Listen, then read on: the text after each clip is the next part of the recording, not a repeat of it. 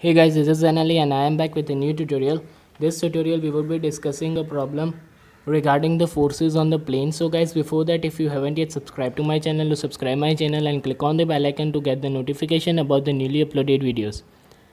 So guys, the problem here has been mentioned. It consists of the two cylinders A and B which are placed in a channel having the base of 360 mm, and one wall is vertical and one wall is inclined at an angle of 60 degree with that of the horizontal.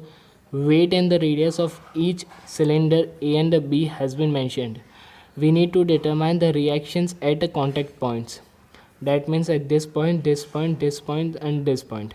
So for that, first of all, let us name each and every contact point. So we are naming this point as C, this point as D, this point as E, and this point as F. Okay, now there will be the normal reaction at each and every contact point.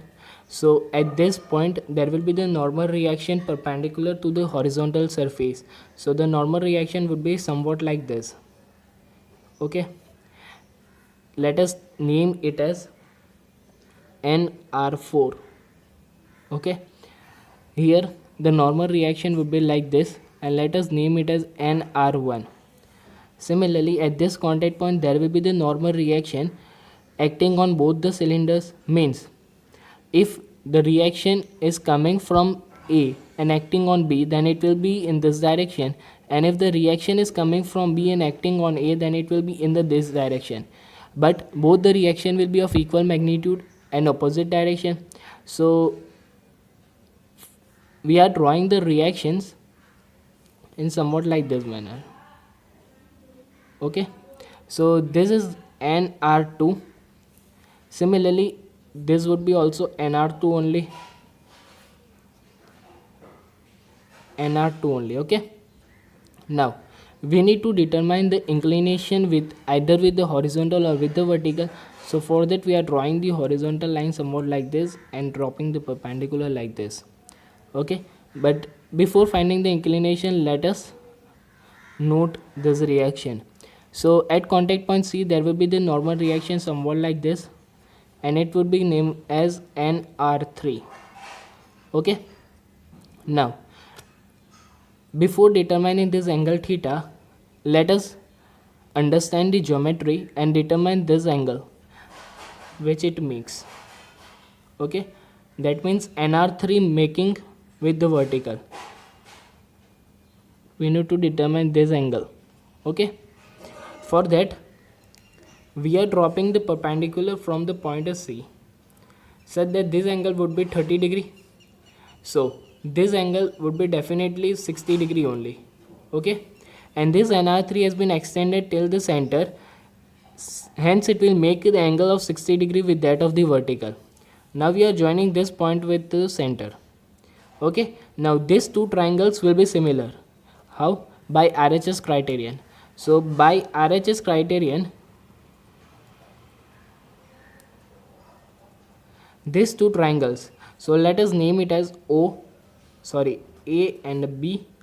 Okay, so and G. Triangle ACG is similar to triangle AGD by RHS criterion. Since hypotenuse is common, these two sides will be equal and the right angle are also there. So by RHS criterion these two triangles are similar. So these two angles would be equal only, and these two angles are having the magnitude of 30 degree each, as they are equal in magnitude. So we have obtained this angle as 30 degree. Why we have obtained this angle is to determine this angle theta. So for that we are taking the sine of theta.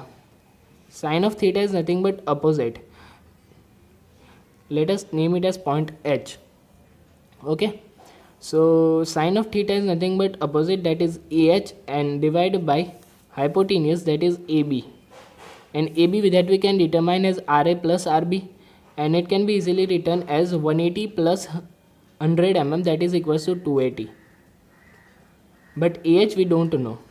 So to determine the AH, we are dropping the perpendiculars in the downward direction. Okay. Now to determine this distance AH, we need to subtract this much distance and this much distance from the entire base, that is 360 mm. So AH can be given as 360 minus this much distance. It is nothing but radius of B, that is 100 mm, and this much distance, that is GD. So GD can be determined from this angle theta. So in triangle AGD, tan of 30 degree is nothing but GD divided by AD, and AD that we know that 180 mm. So GD can be determined as 180 into tan of 30 degree. So it is nearly equals to 104 mm. Okay. So here GD is equals to 104 mm. So minus 104 divided by 280. So it would be somewhat 156 divided by 280. So theta would be equals to 33.8 degree. So we have obtained this angle theta with the vertical. That means the inclination of the reaction NR2 with that of the vertical.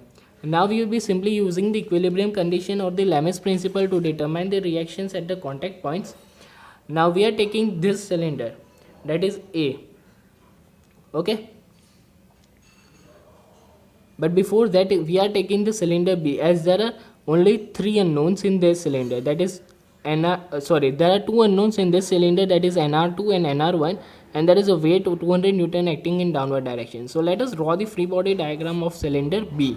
So 200 Newton force is acting in downward direction. NR2 is acting at an angle of theta with that of the vertical, and NR1 is horizontal. Okay. Since there are 3 forces and concurrent, we can easily apply the Lamè's principle.